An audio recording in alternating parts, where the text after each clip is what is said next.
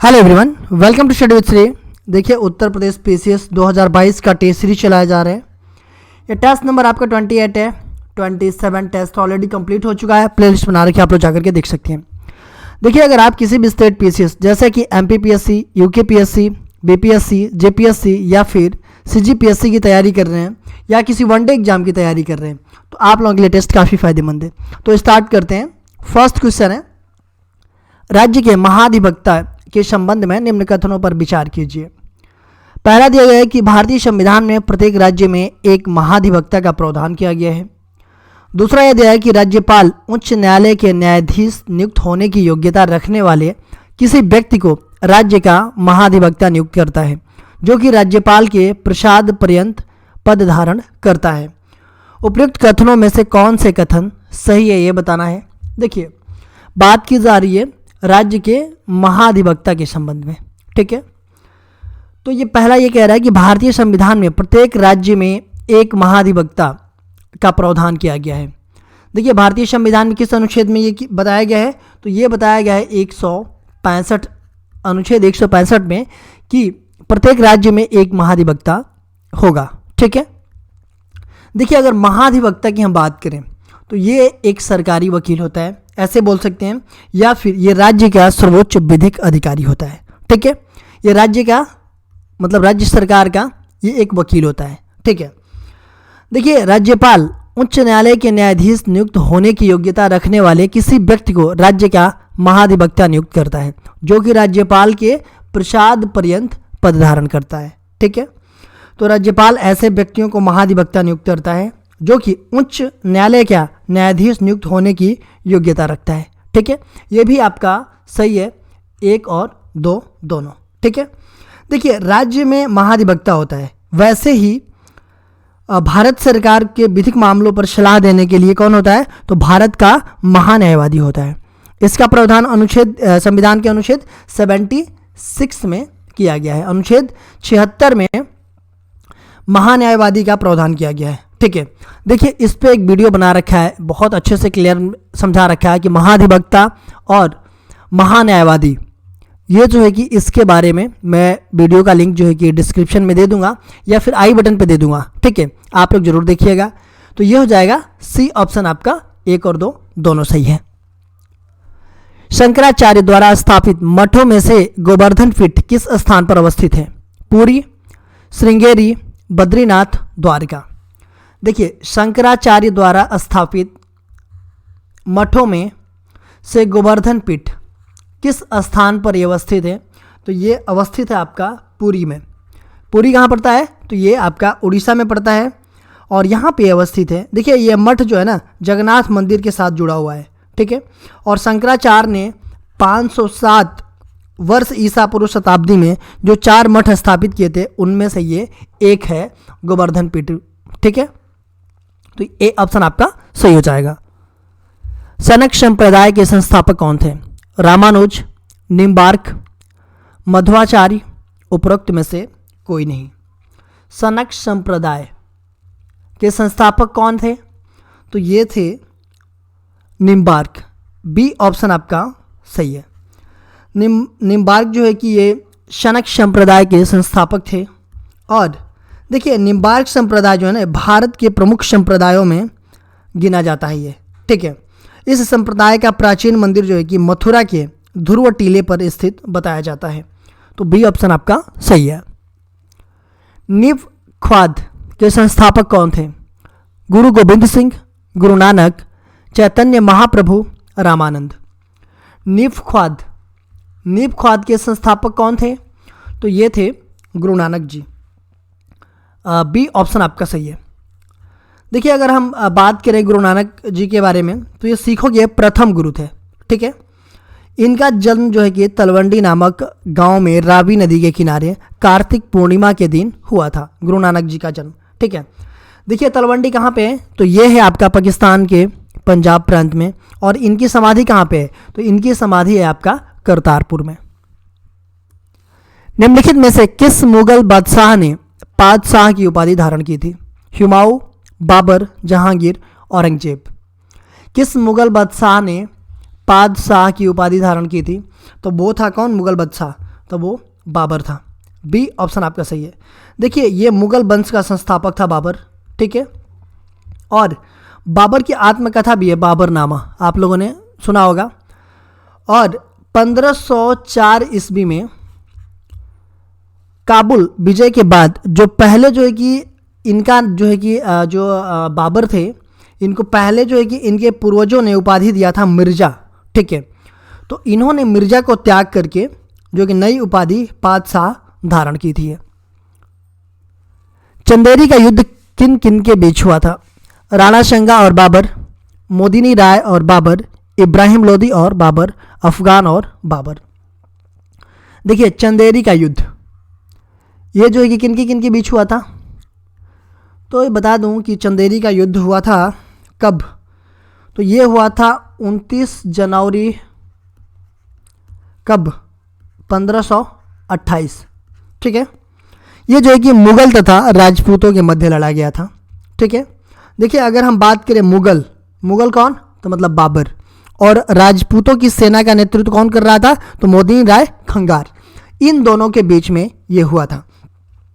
तो ये हो जाएगा आपका बी ऑप्शन, मोदिनी राय और बाबर। देखिए ऐसा हुआ कि ये युद्ध जो है ना इसलिए हुआ था कि खानवा का युद्ध जब हुआ था तो उसके बाद, खानवा के युद्ध के बाद जो राजपूत थे वो अपनी शक्ति पूरी तरह नष्ट नहीं हुई थी, मतलब राजपूतों की शक्ति जो है कि पूरी तरह से नष्ट नहीं हुई थी खानवा युद्ध के बाद, ठीक है। इसलिए चंदेरी का युद्ध जो शेष राजपूत थे उनके खिलाफ जो है कि ये लड़ा गया था, और ये मोदिनी राय और बाबर के बीच, ठीक है। बी ऑप्शन आपका सही है। अकबर ने सीरी कलम की उपाधि किसको दी थी? मोहम्मद हुसैन कश्मीरी, अब्दुस मसद, दशवंत बसामन। अकबर ने सीरी कलम की उपाधि किसको दी थी? तो ये दिया था अब्दुस मद को। बी ऑप्शन आपका सही है। देखिए कई बार क्वेश्चन आता है कि अकबर ने सीरी कलम और एक क्या है, एक आता है आपका जड़ी कलम, ठीक है, कि किसको उपाधि दिया था? तो सीरी कलम की उपाधि जो है कि अब्दुस मद को दिया था, और जो जड़ी कलम की उपाधि थी वो जो है कि मोहम्मद हुसैन कश्मीरी को दिया था, ठीक है। तो सीरी कलम और जड़ी कलम ये दोनों आते हैं क्वेश्चन, तो ये दोनों याद रखिएगा आप लोग। गुलाब से इत्र बनाने की विधि का आविष्कार किसने किया था? नूरजहां, माहम अनगा, अस्मत बेगम, जहांगीर।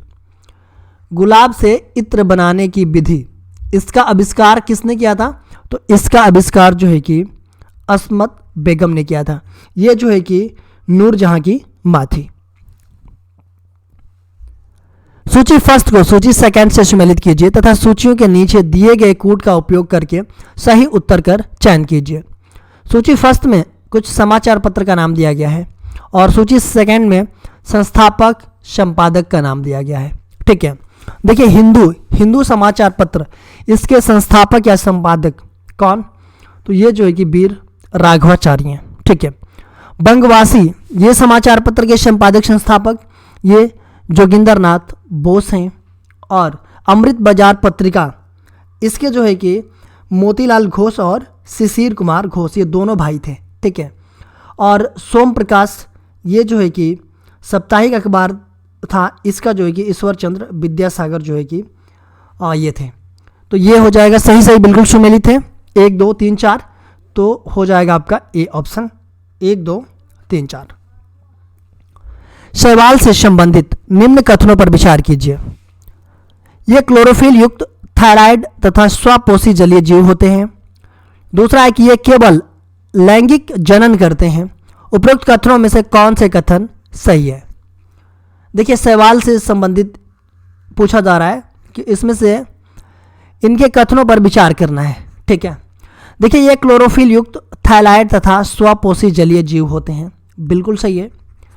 ये केवल लैंगिक जनन करते हैं। देखिए ये जो है ना कि लैंगिक जनन नहीं करते हैं, ये जो है कि दोनों, मतलब कि लैंगिक तथा अलैंगिक जनन दोनों करते हैं, ठीक है। तो ये जो है कि आपका गलत हो जाएगा। देखिए शैवालों का अध्ययन की बात हम करें तो शैवालों का अध्ययन फाइकोलॉजी कहलाता है, और इसका उपयोग जो है कि भोजन, आयोडीन और औषधि निर्माण में किया जाता है। देखिए ये जो है कि पर्यावरण में घुलित ऑक्सीजन के स्तर को बढ़ा देते हैं। तो ये हो जाएगा केवल एक सही है, तो ये ए ऑप्शन हो जाएगा केवल एक। निम्न रोगों पर विचार कीजिए। पहला है Down's syndrome, Turner's syndrome, Klinefelter's syndromes, Edward syndromes. उपरोक्त रोगों में से कौन से आनुवांशिक रोग है?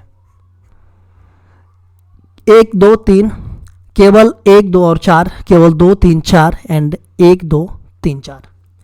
देखिए इन रोगों पर विचार करना है कि इनमें से कौन से आनुवंशिकी रोग हैं। देखिए आनुवंशिकी रोग क्या होते हैं कि जो रोग जो है कि माता पिता से बच्चों में भी जाते हैं, उन रोग को हम आनुवंशिकी कहते हैं। ठीक है, वे रोग जो है आनुवंशिकी रोग होते हैं। तो इसमें से आनुवंशिकी रोग कौन सा है ये पूछा जा रहा है। तो इसमें से जो है कि देखिए डाउन सिंड्रोम ये भी आनुवंशिकी रोग है, टर्नर सिंड्रोम ये भी आनुवंशिकी रोग है, क्लीनफिल्टर्स सिंड्रोम्स ये भी है, और एडवर्ड सिंड्रोम ये भी जो है कि आनुवंशिकी रोग है। ठीक है, तो ये चारों आनुवंशिकी रोग हैं, तो ये हो जाएगा डी ऑप्शन 1 2 और 3 4।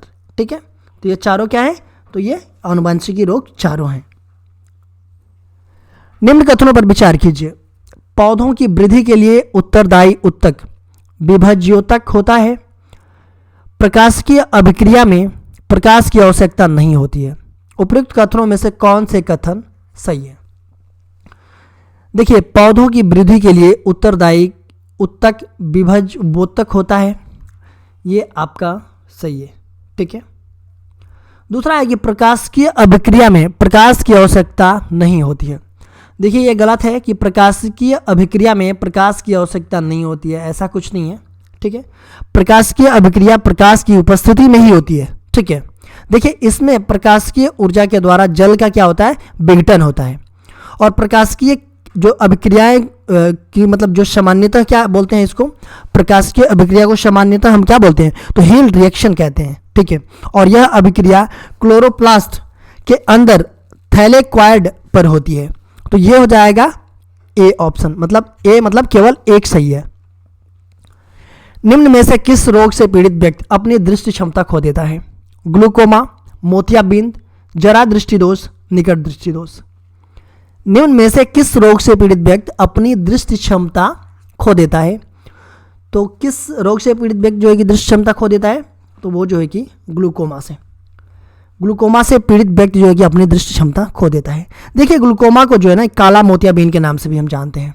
ठीक है, अगर हम मोतियाबिंद की बात करें तो ये जो है कि आँखों के लेंस के ऊपर जो है कि सफ़ेद प्रोटीन के जमा हो जाने के कारण क्या होता है, मोतियाबिंद होता है। जरा दृष्टि दोष की हम बात करें तो ये इसमें जो है कि इस दोष से पीड़ित व्यक्ति दूर तथा नज़दीक दोनों स्थानों पर स्थित वस्तुओं को क्या करता है, नहीं देख पाता है।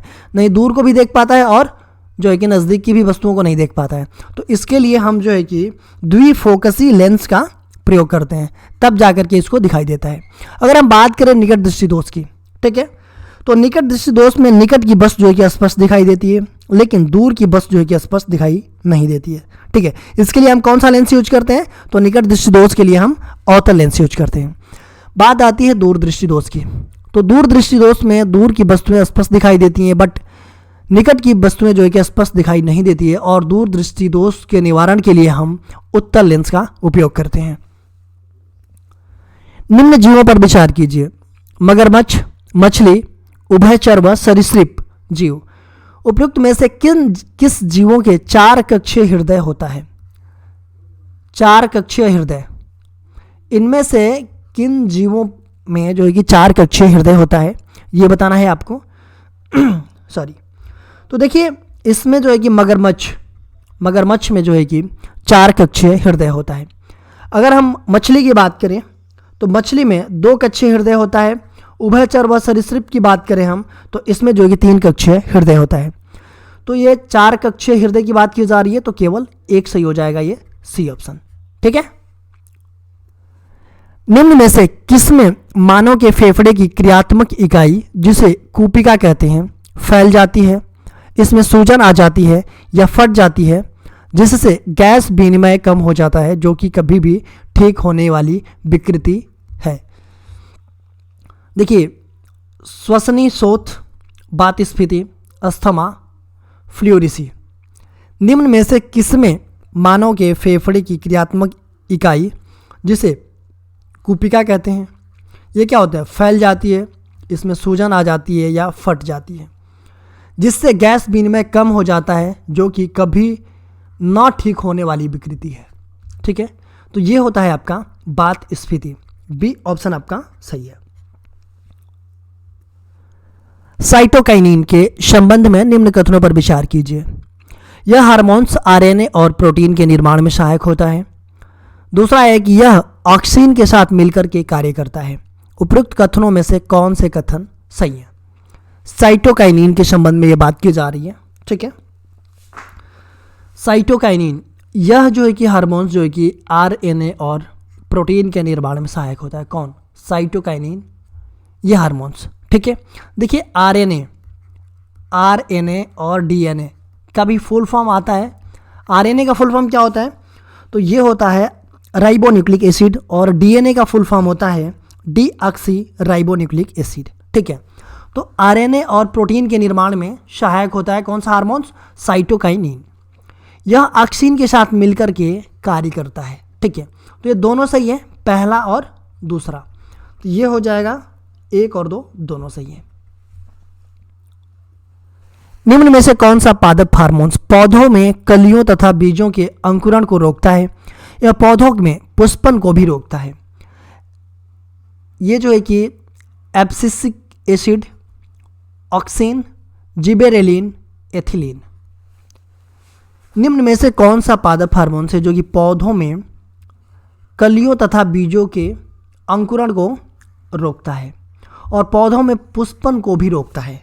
ठीक है, तो वो कौन सा पादप हार्मोन है? तो वो है आपका ये एब्सिसिक एसिड। ठीक है, देखिए ऑक्सीन की हम बात करें तो ऑक्सीन ये पौधों में पुष्पन को प्रेरित करता है। ये जो है कि जिबेरेलिन की हम बात करें तो ये जो है कि पौधों की लंबाई में वृद्धि के लिए उत्तरदायी होता है, और एथिलीन ये जो है कि ये फलों को पकाने में सहायक होता है। असत्य कथन की पहचान कीजिए। पहला है समसूत्री विभाजन वृद्धि, मरम्मत आदि के लिए आवश्यक होता है। जवानी के लिए एजिंग जीन जिम्मेदार होता है। गालजिकाय का मुख्य कार्य कोशिका द्वारा संश्लेषित प्रोटीन एवं वसा का पैकेजिंग करना है। और डी है कि गालजिकाय को कोशिका के अणुओं का ट्रैफिक कंट्रोलर भी कहा जाता है। इसमें क्या पहचानना है? तो असत्य कथन पहचानना है। ठीक है, तो समसूत्री विभाजन वृद्धि, मरम्मत आदि के लिए आवश्यक होता है, बिल्कुल सही है। जवानी के लिए एजिंग जीन जिम्मेदार होता है। देखिए एजिंग जीन जो है ना बुढ़ापे के लिए जिम्मेदार होता है, जवानी के लिए नहीं। ठीक है, तो एजिंग जीन किसके लिए जिम्मेदार होता है? तो बुढ़ापे के लिए। गालजिकाय का मुख्य कार्य कोशिका द्वारा संश्लेषित प्रोटीन एवं वसा का पैकेजिंग करना है। ठीक है, ये भी सही है। गालजिकाय को कोशिका के अणुओं का ट्रैफिक कंट्रोलर भी कहा जाता है। तो गलत कौन सा है? तो ये बी ऑप्शन। ठीक है, पारा के संबंध में निम्न कथनों पर विचार कीजिए। पारा साधारण ताप पर ठोस अवस्था में रहता है। पारे को क्विक सिल्वर नाम से भी जाना जाता है। उपयुक्त कथनों में से कौन से कथन सही है? बात की जा रही है पारा की। ठीक है, पारा साधारण ताप पर किस अवस्था में पाया जाता है? तो ये द्रव अवस्था में पाया जाता है। ठीक है, ठोस अवस्था में नहीं पाया जाता है। ठीक है, देखिए ये जो है ना पारा साधारण ताप पर बोल सकते हैं या स्वतंत्र अवस्था में, ये द्रव अवस्था में पाया जाता है। देखिए आप लोगों ने देखा होगा जो थर्मामीटर होता है फीवर नापने वाला, डॉक्टर के पास जाते हैं तो अभी तो डिजिटल आ गया है, पहले जो है कि डिजिटल नहीं रहता था। ठीक है, तो उसमें जो है कि पारा ही रहता था। ठीक है, और पारा क्या है? वो चिपकता नहीं है सतह पे। ठीक है, तो पारा का उसमें उपयोग होता था और वो द्रव अवस्था में पाया जाता था। ठीक है, पारे को हम क्विक सिल्वर के नाम से भी जानते हैं। ठीक है, तो इसमें जो है कि आपका पहला क्या है? गलत है। ठीक है, दूसरा सही है। तो ये हो जाएगा केवल 2, बी ऑप्शन आपका सही है। देखिए क्वेश्चन पिछले वीडियो में पूछा गया था कि संसद के 52वां संविधान संशोधन विधेयक 1985 पारित कर संविधान की कौन सी अनुसूची जोड़ी गई? 9वीं, 10वीं, 11वीं, 12वीं। संसद का जो 52वां संविधान संशोधन विधेयक था जो 1985 में पारित हुआ, इसमें जो है कि हम 10वीं अनुसूची जोड़ा गया ये संविधान में संशोधन करके। और 10वीं अनुसूची क्या है, तो ये जो है कि दल बदल रोकने के लिए प्रावधान किया गया है इसमें 10वीं अनुसूची में। ठीक है, जो लोग दल बदल करते हैं ना कि जीत जाते हैं किसी और पार्टी में और चले जाते हैं किसी और पार्टी में, ठीक है, तो उनके लिए जो है कि वो चीज़ें रोकने के लिए इसमें प्रावधान किया गया है। आज का क्वेश्चन देखते हैं। पारे के कुछ प्रमुख यौगिकों के मर्क्यूरस क्लोराइड का रासायनिक सूत्र बताइए। HgCl2, Hg2Cl2, Hg2Cl, Hg3Cl3। पारे के कुछ प्रमुख यौगिकों में मर्क्यूरस क्लोराइड का रासायनिक सूत्र बताना है। तो आप लोग जो है कि इसका आंसर कमेंट बॉक्स में बताइएगा, मैं इसका आंसर नेक्स्ट वीडियो में आप लोगों को बताऊंगा। देखिए, अगर आप हमें इंस्टाग्राम पे भी फॉलो करना चाहते हैं तो इंस्टाग्राम पे हमारी आईडी है StudyWithSri25। फेसबुक पे एक मेरा पेज है StudyWithSri के नाम से, और फेसबुक पे एक मेरा ग्रुप है UPPCS 2022, और ये टेलीग्राम का लिंक है। इन सब सारे जगहों पे आप कनेक्ट हो जाइए। इन सब सारे जगहों पे स्टडी से रिलेटेड चीज़ें पोस्ट की जाती है जिससे आप लोगों को फ़ायदा पहुंच सकता है। दोस्तों, वीडियो अच्छी लगती है तो आप लोग लाइक किया कीजिए, कमेंट्स किया कीजिए और अपने दोस्तों में शेयर किया कीजिए। अगर वीडियो अच्छी नहीं लगती है तो आप लोग डिसलाइक कर दिया कीजिए और कमेंट बॉक्स में मुझे बता दिया कीजिए कि डिसलाइक क्यों किया। वीडियो देखने के लिए धन्यवाद।